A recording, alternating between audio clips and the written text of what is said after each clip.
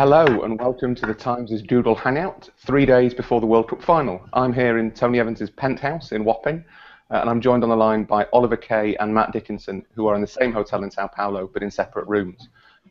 So I suppose the first place to start, really, is we've seen two semi-finals this week. Germany battered Brazil. Argentina sneaked past the Netherlands yesterday. Matt, is this just going to be Germany battering the Argentines in the final? I should take that off, shouldn't I? Really? Sorry about what's underneath, but I think Germany are going to win the final. I don't necessarily think it's going to be a battering. I think Argentina are more streetwise than Brazil, who sort of walked in to that ambush and tried to be aggressive and left some big holes behind. I think Argentina will be more streetwise. I think we saw that against Holland. They've got a decent defence, and they've obviously got probably the exceptional player of that semi-final in Javier Mascherano in front of the defence. So I think it will be closer, but I think Germany will win.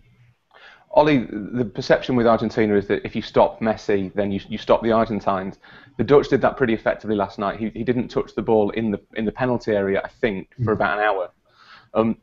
The Germans presumably can learn from that. Is there another way the Argentines can win the final, even if Messi is shut down? Well, I mean, I think Germany have far better quality, far better composure going forward than Holland do. I think that they showed they showed over the past few years, but particularly on Tuesday night against Brazil, that they are a magnificently composed team, and I think they will play to their strengths. I'm just intrigued as to what they would do with Messi, because with Holland, a lot of it was about leaving De Jong there in the early stages, Classy after that. Tight on Messi, denying space. I don't know whether with Germany, whether they would leave Schweinsteiger to do that, whether they would leave Khedira to do that, whether they would leave Lahm to do that. I just see Germany playing their normal game and not particularly worrying about Messi. I find that intriguing. I think they could probably reverse that triangle that they had, the midfield triangle. I think people spotted it against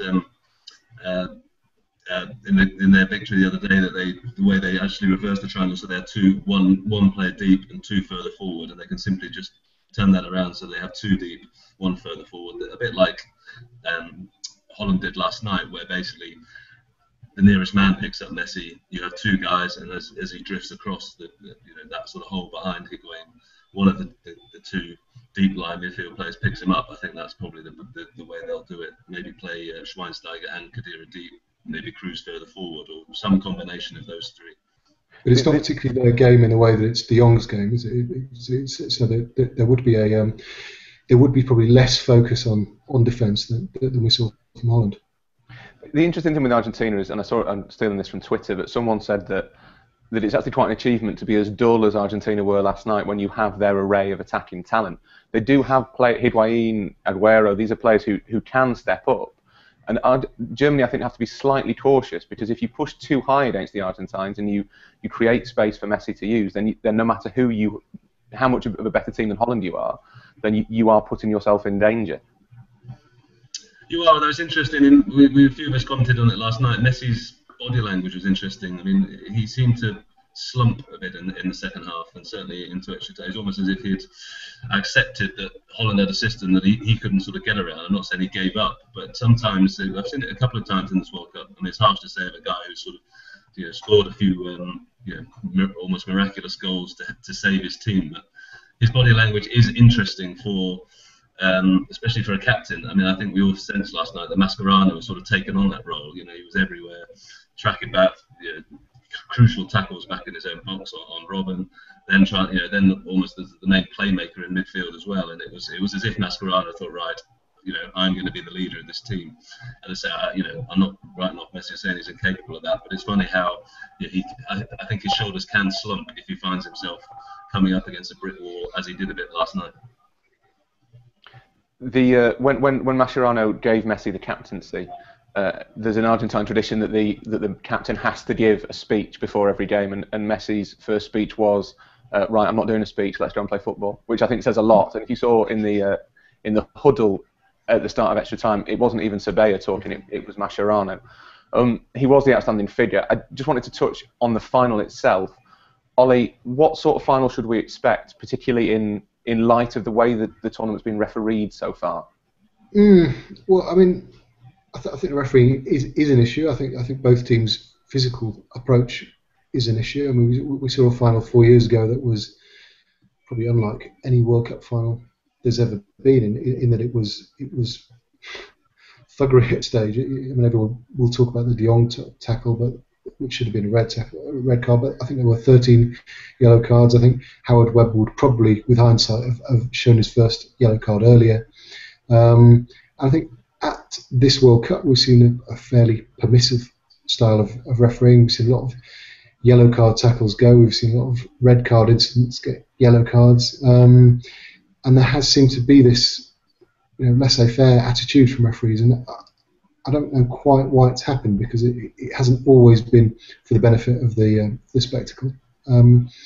So I mean, what I don't want to see is Messi being kicked, is Muller being kicked, Kroos being kicked, but I think we'll probably get less of that with a Germany-Argentina final than a Brazil-Holland final. I think Brazil and Holland both have the slightly the tendency to be over-aggressive, and I think perhaps we'll get a purer final. Hope so, anyway, with Germany-Argentina.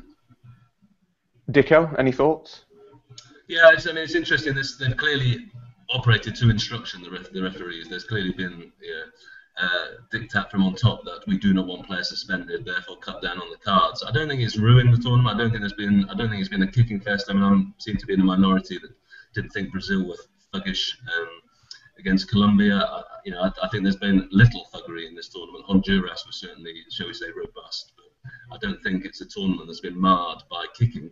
Yet, Ollie's right. I think if there is any danger of a game getting out of control, and particularly a final, and particularly with memories of 4 years ago, there's no reason on earth why a referee shouldn't be showing a couple of early yellow cards just to say, look, we are not going to let this game degenerate like it did in Johannesburg. Well, especially if the logic for that, for the lack of yellow cards, is that FIFA haven't wanted sort of retrospective or cumulative bans for players in the latter stages. We're getting lots of questions through, so I'll move on to that. The first one from Paul Dobson, who says, which team had a more disastrous World Cup campaign, Spain or Brazil, Ollie? England. Well, that should be fairly straightforward. Yeah, England. I mean, that shouldn't be a question at all, really, on the basis that Spain were embarrassed in the group stages, shocked in the group stages, and we're out. But it is a question because Brazil's experience ultimately was far more painful than perhaps any World Cup elimination that there's ever been. I mean, to lose 7-1 on your own soil in a semi-final, when you've convinced yourself somehow that you're favourites to win the whole thing, is a humiliation. It was incredible to be there on Tuesday night. It was it felt like one of the most dramatic, historic games I've ever been to, and I think Brazil will somehow have to learn from that absolute nadir of Brazilian football, but also try to look at what few positives there have been. They did actually reach the semi-final, and with a bit less pluck, a bit less courage, a bit less luck, they wouldn't have got that far, because they are fairly ordinary. Dicko, do you think what lessons do you think can be learned by Brazil? Because there's obviously it looked to me, watching it on television, like Brazil have kind of been out of sync with this tournament. They've been a team from maybe 10 years ago, sort of negative and cautious and a bit sort of not wanting to run risks in a tournament that's by and large been characterised by quite adventurous play. They kind of lost touch with their roots because of the desire to be Europeanised. I don't think that's quite true that they've been negative. I mean, the fact is, that game he picked Bernard, who's a sort of flighty winger, as opposed to picking a third midfield player. In fact, that was clearly tactically a huge mistake. If Brazil should have done anything, it was load up the midfield. He probably would have been criticised for that pre-match, but it would have made practical sense. And the fact is, Brazil were very aggressive. I mean, I think if anything, Scolari's template, I think he realised there were limitations in his team, and he went for a sort of big bluff. He tried to be aggressive, be front foot. We saw that against Colombia. I think, having had that close escape against Chile, he just decided we're going to cover up our weaknesses by being aggressive. It worked against Colombia; they got intimidated, but it didn't work against a team as assured and as brilliant on the counter attack as Germany. So I think it was. It was a Scolari template. It was, we're going to be belligerent, we're going to get at them, we're going to be in their face, and I think that worked to a point. And I think the next guy in will probably have to be more sophisticated in that. I think there are some interesting players that he left behind. Coutinho, Lucas Moura, I was very surprised that he left behind. And I just think that the next guy is going to have to will set a different template because he's not Scolari, and Scolari, he's got that punchiness about him as a guy, and I think he wants that in his teams. And it was intended to cover up Brazil's limitations, but instead, actually, obviously in the Germany game, it actually exposed their limitations. Ditto, we've got a question for you, and I want you to put your Neymar mask on to answer it. The question comes from Thomas Colson. Will Neymar's image that you are bearing on your face be tarnished by Tuesday's result? Neymar's image, well, there were about 300 of these lying on the floor when we left, cast aside. I don't see how Neymar's image will be. I think the one guy's got away lightest, this Thiago Silva. He was booked in there very stupidly in that Colombia game, barging down the goalie. Everyone seemed to have forgot, your captain gets himself suspended for a World Cup semi-final for a silly thing. It was almost impossible to get booked in this tournament, and Thiago Silva managed it. I think he's got away far lighter than he should have done. We should probably, if anyone should be being criticised who didn't play the other night, it's him. And then obviously we can have a long inquest into David Luiz's failure of sense and intelligence and tactical leadership in that game, and go on from there. Can I take it off now?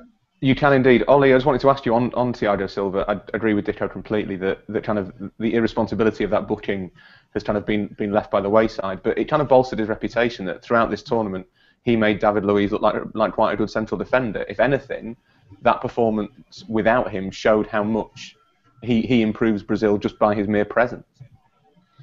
Yeah, absolutely. I mean, you think of the David Luiz and Julio Cesar lifting up the Neymar shirt during the anthems, and that nice touch, obviously, because Neymar was injured in fairly and absent in heartbreaking circumstances. But the player they missed was Thiago Silva. I mean, Thiago Silva does make David Luiz look at a competent, albeit sort of risk-centric central defender.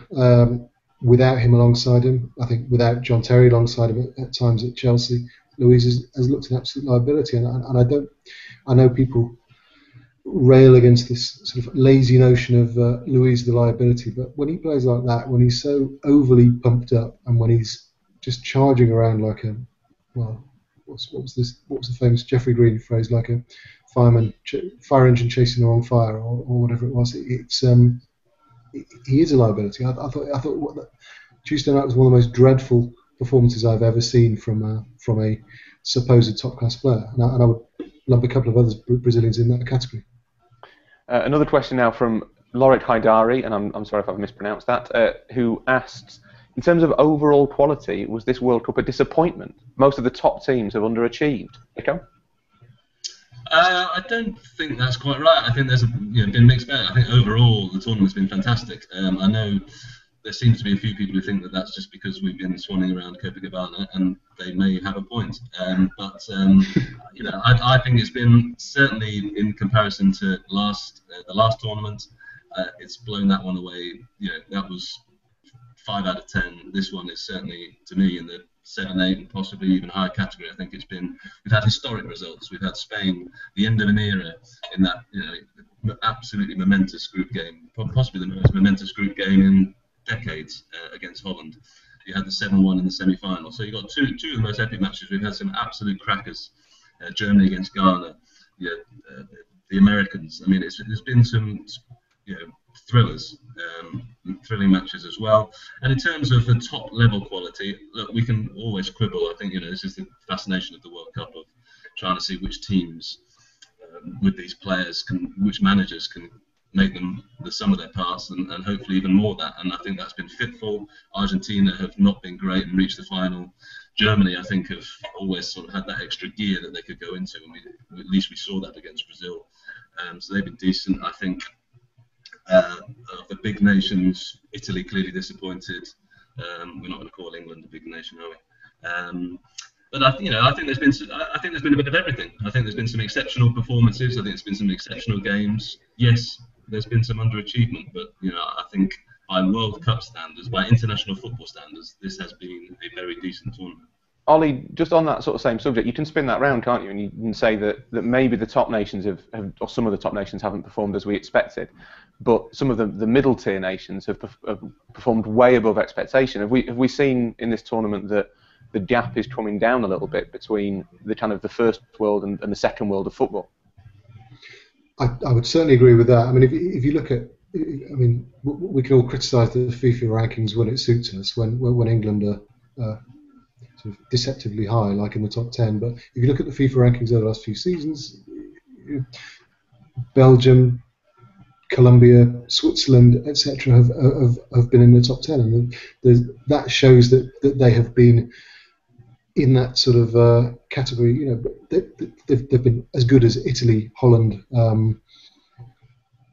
England, certainly France, for much of that time. Not necessarily in the tournaments, but in the tournaments, in the tournament this time, Chile were excellent, Colombia were excellent, and I think in the past we've probably often said that those teams would have had a couple of very good players and a lot of mediocre players, and would perhaps lack the organisation and structure that other teams have had. But what we've seen at this World Cup is very organised teams. I mean, some of the most admirable, most organised teams have been the likes of Chile, of Colombia, of America were organised. Certainly, Algeria were organised, and I think that for all the fact that people might think of England having made some steps forward at this World Cup, I think this World Cup just showed how much further they're falling behind in many ways. Well, to sort of expand on that point, John Gandy obviously hasn't noticed that England left the World Cup 3 weeks ago and the world's moved on, and he wants to know what England can learn from this World Cup following the exploits not just of Germany but also teams like Costa Rica, Chile, and Colombia. Dicko? Well, it's a question of whether we should be constantly looking at other countries to learn from. I'm not saying there's nothing to be gleaned by what others do, but I mean, it's equally part of the English problem. We sort of cast around, we look at Clairefontaine and we say, oh, well, when the French are on the roll, and say, what can we learn? Or then we say, I mean, I saw there's been a couple of pieces this week about we need a futsal revolution. Well, do we have the right spaces for futsal? Do we have anyone who can coach futsal? Do our kids want to play futsal? I mean, we seem to have this, end of tournament obsession with casting around for a big idea. Let's come back with a big idea. So, rather, I'm not saying we should be blinkered at all. I mean, that's obviously been English football's possibly biggest letdown for 100 years is being an island and thinking we know best. But actually, I do think there's a degree where we just have to sort of sit down in the dark room and decide, what we're trying to teach, what style we're trying to teach, what we want, what we think is right, and not say get obsessed with the Brazilians do futsal, therefore, and that makes them great. Well, the Germans don't do futsal. We are terrible. I mean, probably the media, as much as the FA and everyone else, they're sort of casting around for something to latch onto. But in terms of those teams, particularly Costa Rica are the best example. I saw Costa Rica, I think, 3 or 4 times over the course of the tournament live, and what was really impressive was how well organised they were. And they don't, on paper, they don't have, I think, any Premier League players really. They've got a couple of kind of in and out, Campbell and Brian Ruiz, who've played in the Premier League or are attached to Premier League clubs. In terms of organisation and in terms of tactics and all that, they look like a much more kind of effective team than England, and that maybe suggests that whilst Dicko's right, we don't need to think about big issues and we don't need to implement a Chilean model. But maybe we need to stop thinking about kind of how we change everything to fit a certain pattern and just actually look at the manager and the players. Just one thing on that. I mean, I think if there's one thing we should learn is probably, and I think Roy Hodgson's capable of moving away from this, but it's the star culture. I think we've had the star culture that came a bit from the golden generation. This idea of let's cram all the best players into the team because we're so lucky we've got Frank Lampard, Steven Gerrard, and so on. And I think probably we've seen one thing, the setup of the midfield was the key issue. I mean, there are many key issues, but the fact was that midfield was overrun. Steven Gerrard, who has been an exceptional player, had probably the worst tournament of the of the experienced players in the England team. We have to look at why. Is he the problem? That's the sort of issue that sometimes I think we find uncomfortable to ask, because he's Steven Gerrard, because we are looking to our brave captain in the middle of the pitch. And I think if there's one thing we should learn, it's just that we really have to get away from it. And if that means ultimately Steven Gerrard does not work as a defensive midfield player, then we've got to be big enough to leave him out. Yeah, Wayne Rooney and Daniel Sturridge, the Lampard and Gerrard for the WhatsApp generation. Ollie, a question for you. Apart from his unexpected collaboration with Daphne and Celeste, what do you think Roy Hodgson's biggest regret would be? I don't think there's obviously a case for saying that Ashley Cole should have gone to the World Cup. I don't think Roy Hodgson would particularly listen to that case and would particularly encourage that case. I think he feels that he made the right choices personnel-wise, but I would say his big regret should be that he went with a two-man central midfield and Gerrard and Henderson as a two-man central midfield. He seemed to behave as if he thought that was how Liverpool had worked it this season, and that Gerrard and Henderson as a two in a 4-2-3-1 was used maybe a handful of times disastrously against Aston Villa at home, and generally Gerrard and Henderson worked when they had somebody else in there too, whether it was a Coutinho, a Lucas, or a Joe Allen. England should have had a Wilshere or a Milner or whoever else, even a Frank Lampard. If it meant having three men in central midfield, that was where they were overrun against Italy. That was where they were, fell short in terms of controlling the game really against Uruguay, and they should have, that should have been the bedrock of the team really, because the defence is weak. And then you ask the question about how do you arrange a front three further forward, and I think he should have started with midfield and gone from there. Leaving England aside, just obviously there is a World Cup final coming up that England aren't in. Paula asks, are the Argentinians more capable of stopping Germany than Brazil ever were, Dicko? Yeah, well, I've touched on that before. I just think they are. Their setup is better suited. I think they're say decent, even with De Michaelis in, who I think sort of, shall we say, divides opinion. Possibly not quite as much as David Luiz, but certainly has had his erratic moments. I know, Rory, you're quite a lover of Mr. De Michaelis, so I'll leave you to set the case on his behalf. But I think they are strong defensively. They've got a couple of very, very good fullbacks, and I think, say with Mascherano there, they've got a bit of a choice in midfield. That's clearly an area where Brazil were just left completely overrun. 3-against-2 in the middle midfield, as we say, which was that choice of Bernard proved to backfire completely. So I think, I don't know what Di Maria's, if Di Maria has got any chance of recovering for this, but I think that setup in the base of midfield is going to be key for Argentina. I quite like Gago as a player, but whether he's got any chance of coming back in, it's going to be. There's a few choices to be made there, which I think are going to be key if Argentina are going to get any kind of foothold in this game. As Arian McNichol points out, obviously Messi will be crucial for the Argentines. Ollie, do you think he's peaked too soon at the tournament? Does it look a little bit like he's run out of puff? I think it's very difficult to expect players to perform at a peak for 7 games over the course of the tournament.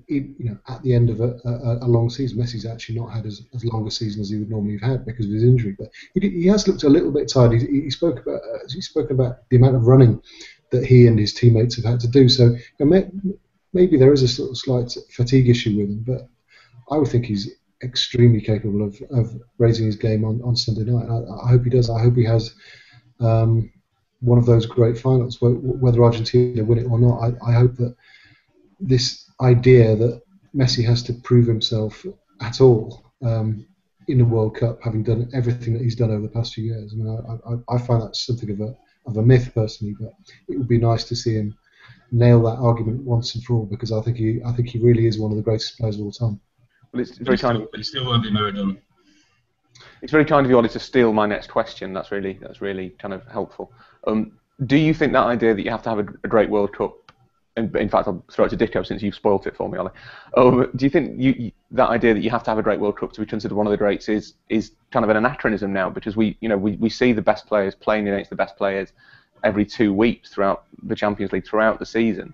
Whereas 40 years ago, maybe Eusebio only ever played Pelé twice. Messi's played Cristiano Ronaldo about 10, 12 times a year for the last 3 years. Does Messi need a World Cup to be considered one of the greats, or do we just need to accept that the World Cup now kind of plays a different role in football's firmament?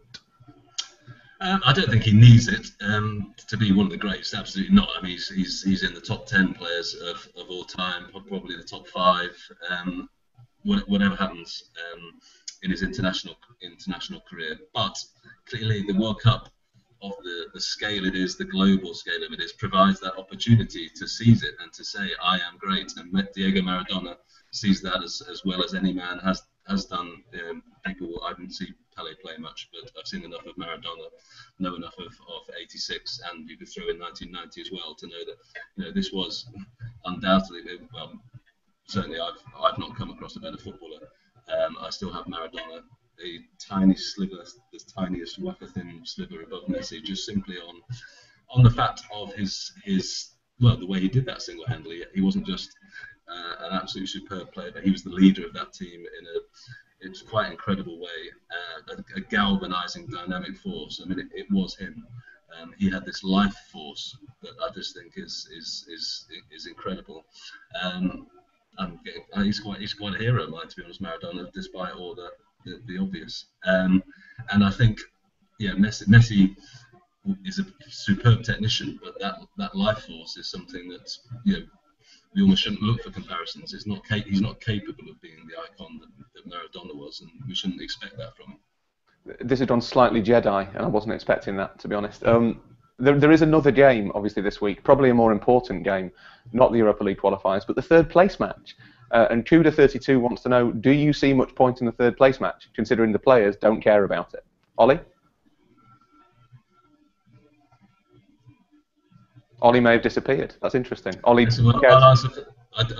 Well, I mean, Van Gaal was pretty blunt about it last night, and I think you can understand why. I mean, I know he's probably got he just wants to hop on a plane and try and have 2 days of rest before he starts at Manchester United. So he's got his own particular reasons for disliking the third place game. I mean, it feels a bit like a Super Cup in the sense of it's a way of filling a date, putting some bums on seats, getting some TV audience, and just sort of say filling a blank day in towards the end of the World Cup. I can see why they have it, but to be honest, will I be watching? Well, at most out of one corner of my eye, hopefully in a bar, not in a press room. I just, they're not going to get rid of it, so we just have to accept it happens. But I mean, I think if the Dutch were in our hotel last night, and if they were, I can't say, I'm not going to say they were on the lash, but if they had been, you couldn't blame them. As soon as Ollie's apparently disappeared, it's now just a chat between me and you, Dicko, which I hope that's fine by you. There's a question that I don't know the answer to from Mark Wells. I'm hoping you do. If Germany win on Sunday, do they get to keep the trophy? You have stumped me. Why? Do they get to keep the trophy? That's I don't think they do. I think that the Jules Rimet was kept by Brazil because they'd won that 3 times. This is a different trophy. Germany as a United States has never won, obviously. So I suspect they won't get to keep the trophy. The Brazilians, you're right. The Brazilians did get to keep the trophy and then promptly lost it. They stuck it in a pretty rubbish glass box, and then a couple of men walked in the middle of the night and held up the security guard and walked off with it. So no one knows what has ever happened to the original Jules Rimet trophy, possibly melted down. This trophy, to be honest, we never quite know how many versions of this trophy there are in circulation, either replicas and so on. But yes, I think that's an interesting question, but I don't think they get to keep it. No, they don't. They don't. That has been. They don't get to keep the trophy. It's FIFA are now guardians of the World Cup, and no safer hands are there in the world. Exactly. Ollie, thank you for returning to clear that up as me and Dicko sort of groped around in the dark for an answer. This is our final question, because I know, Ollie, you have to have an omelette. From Kevin Gannon, do you think we'll get goals in the final? He thinks there'll be 2 or 3 if either team scores early. predictions from both of you. Ollie first. I really like the idea of being goals in the final. I like the idea of it being open. I like the idea of Messi, whether Argentina win or lose, Messi having a great game, Germany having a great high class, high quality performance. And I like the idea of maybe a 2-2 going to extra time, maybe a very late winner from Messi. I think that would be the icing on the cake for a wonderful tournament. Dicko? That would certainly be a heck of a story. I think if you can do it in 90 minutes rather than extra time, that will save us a lot of angst and might stop Tony Evans shouting at us all, literally and on Twitter. So no, I like Ollie says, I think this tournament deserves a good final. So I know there's some split opinion about whether it's been a great tournament or not. I think it's at least been damn good, and I just hope we have a game, like we said before, that's not remembered for kicking like a few years ago. And I think either way, we've got a good champion. I don't think Argentina have been great, but they've certainly not been bad. And in Messi, they've got one of the greatest players of all time. And Germany would certainly be worthy champions. So, without being too happy-clappy about it, let's just hope for an open one. Let's hope football is the winner. Thank you very much for joining us on this hangout, slightly delayed. Sorry if we didn't answer your questions. We've had quite a lot. Enjoy the final. Try and enjoy the third place match. I'm sure it'll be a thriller. And thank you very much.